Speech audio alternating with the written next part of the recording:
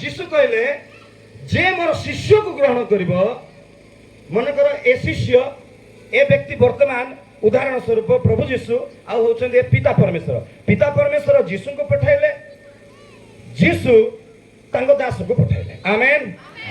ଯେ ବାକ୍ୟ ପ୍ରଚାର କରୁଥିବା ବାଳକ ଆଜ୍ଞାଙ୍କୁ ପ୍ରଭୁଙ୍କର ଦାସ ଦାସୀକୁ ଗ୍ରହଣ କରୁଛି, ଆଦର କରୁଛି, ତାଙ୍କର ମୁଖରୁ ବାକ୍ୟକୁ ସମ୍ମାନ ଦେଉଛି, ସେ ଲୋକ ଆମେ ଅନେକ ସମୟରେ ପ୍ରଭୁଙ୍କର ଦାସ ମାନଙ୍କୁ ଅପମାନ କରୁଛୁ, ତାଙ୍କୁ ଗୁରୁତ୍ୱ ଦେଉନୁ।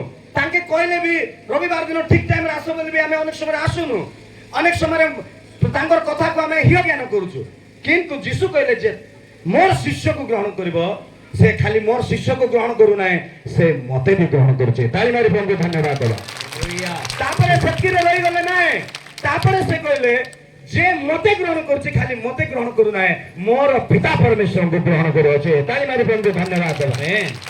ତାର ଅର୍ଥ ଜଣେ ପରମେଶ୍ୱରଙ୍କୁ ଦାସ ଗ୍ରହଣ ଯେତେବେଳେ ଗ୍ରହଣ କରୁଅଛି, ଆଦର କରୁଛି, ସେ ପ୍ରଭୁଙ୍କର ଦାସକୁ ଆଦର କରୁନାହିଁ, ସେ ପ୍ରଭୁଙ୍କର ଦାସକୁ ଗ୍ରହଣ କରୁନାହିଁ, ସେ ଯୀଶୁଙ୍କୁ ମଧ୍ୟ ଗ୍ରହଣ କରୁଅଛି, ପିତା ପରମେଶ୍ୱରଙ୍କୁ ଗ୍ରହଣ କରୁଅଛି। ତାଳି ମାରି ପରମେଶ୍ୱରଙ୍କୁ ଧନ୍ୟବାଦ ଦେବା।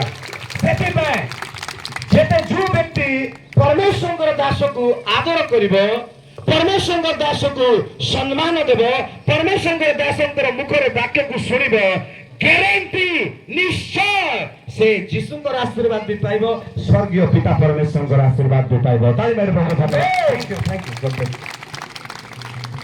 ତ ଏଇଟା ହଉଛି ଆଶୀର୍ବାଦର ମାଧ୍ୟମ ପରମେଶ୍ୱର ଏ ଜଗତରେ।